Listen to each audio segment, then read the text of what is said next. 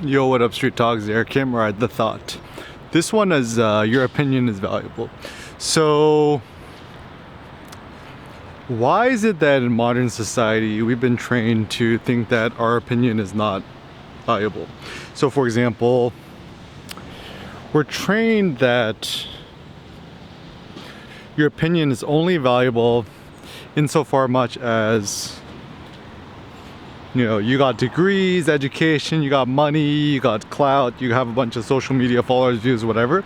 But we're not allowed or tolerated to assert our own legitimacy, our own beliefs, without somehow leaning to some sort of greater power, right? So for example, your opinion on politics might not matter unless you have like a PhD in politics, or you've written 20 books, or have a New Yorker article, or whatever it may be. So there's this fear that we have of legitimacy and asserting your own legitimacy, and why is that? So this is my thought. I think it comes down to Christian morality in America. So we're all, the founding fathers in America, Christians, Quakers, and Protestant religion. And according to the cultural fabric of America, what that means is, if you share an opinion that hurts other people, then you are kind of an evil, reprehensible person, and you're gonna go to hell, is effectively the skinny of it. Now, why is this problematic? So the reason I think this is problematic is because then everyone's essentially scared shitless to share their opinion. And how do I think society progresses? Society progresses not by more people having PhDs and more people having more social media followers, whatever. Society progresses when individuals like yourself have the courage to stand up and share your opinion. Now, the problem in modern day, I guess America and the globe is, believe it or not, we're becoming more and more profoundly intolerant to the opinions of others. And to me, I think it's kind of a class and race issue. So for example, only rich and educated people are allowed to have an opinion, and stupid, uneducated people in other parts of America are seen as inferior, despicable, uneducated, dumb, unvirtuous people. Now, this is kind of the bias I've discovered too. So, I consider myself a left-leaning liberal, grew up in the Bay Area, had a liberal education, went to UCLA, studied sociology, whatever. And,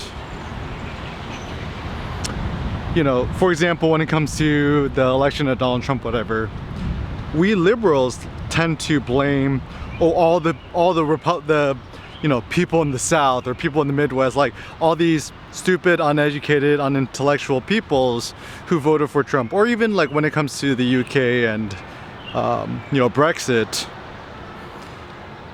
we essentially are very disrespectful to people in the countryside or to people with like less education. It's like, oh, these people are obviously idiots, and then we essentially take away individual agency from them. What we say is they've been misled and they're misguided, and because they don't have access to right information. Now, I find this hugely disrespectful, because who are we to think we know what's best for other peoples? I mean, we know what's best for ourselves, but we shouldn't extrapolate our own personal beliefs onto that of other people.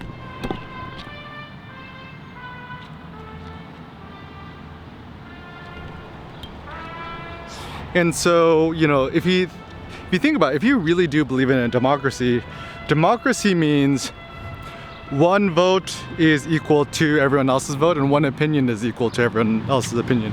And actually, I do believe that all opinions are equally legitimate. I mean, some opinions might be a little bit more foolish, maybe, but I feel like everyone's opinion is equal. And certainly if you do really believe in a democracy, it doesn't matter if you're from the South or you're from California, your vote should count equally. Now, once again, taking it back to the intolerant peoples, right? How's it going, man? He's looking good. Yeah, keep it up.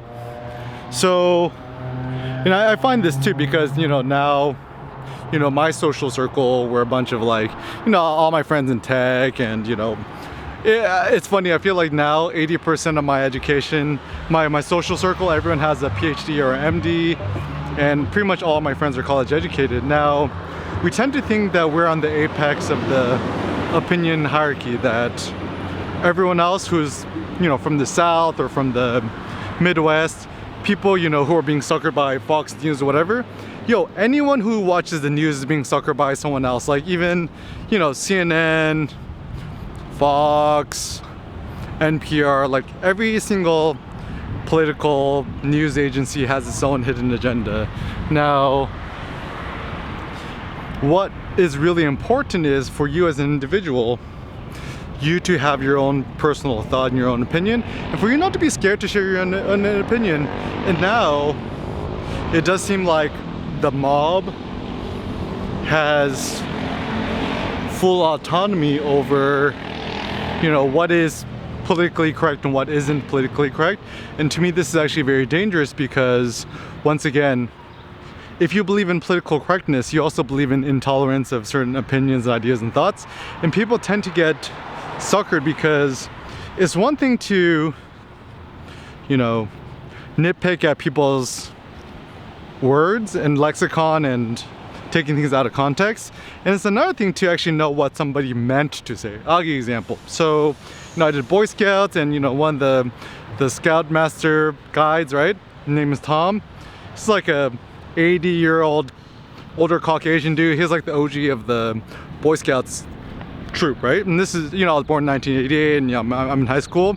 And then he would talk about, you know, us Asian people as Orientals. Now, you know, somebody who's like, you know, social justice warrior, super woke, will be like, how dare you call us an Oriental, blah blah. I'm like, but, you know, me as an Asian American, I'm like, dude, I get it. Like, he was born in a different era, raised in a different era, and actually for a certain period of time, like solid decade, the politically correct way to refer to Asian people was actually Oriental, and now it's seen as like a racial slur. So it's just so funny how things kind of get changed. And even like for me growing up, you didn't call people white or black. Like, that was almost like kind of offensive. It's like you call them Caucasian, African American, and so forth. And so this is where I find it hugely like weird, because now in the political discourse, it's okay to call somebody white or black, but you're not allowed to call somebody yellow or red or purple or pink, whatever it may be, right? So, you know, everyone is so afraid of having an opinion, and this is just my thought. To me, it's kind of more of a media, technology, societal, cultural thing. So, another example. Why is it that most people on YouTube, you know, or even podcasts, a little bit of everything, how come nobody has a real opinion? Because everyone is such slaves to the algorithm or views or monetization strategies, and so no one really says what's really on their mind because they're afraid that people are gonna unsubscribe or they're gonna lose advertising and stuff like that. And so my thought is, you can only ever truly trust the political opinion of somebody who is independently wealthy. So, you know, as long as somebody has to make a living or monetize their opinion based on ads or donations, whatever, one cannot give them 100% faith. So for example, like me, you know, I make my living from photography, so certainly you should trust my opinions on photography a little bit less because that's how I make my money. But when it comes to politics, sociology, cultural things and stuff like that, my opinion is genuine.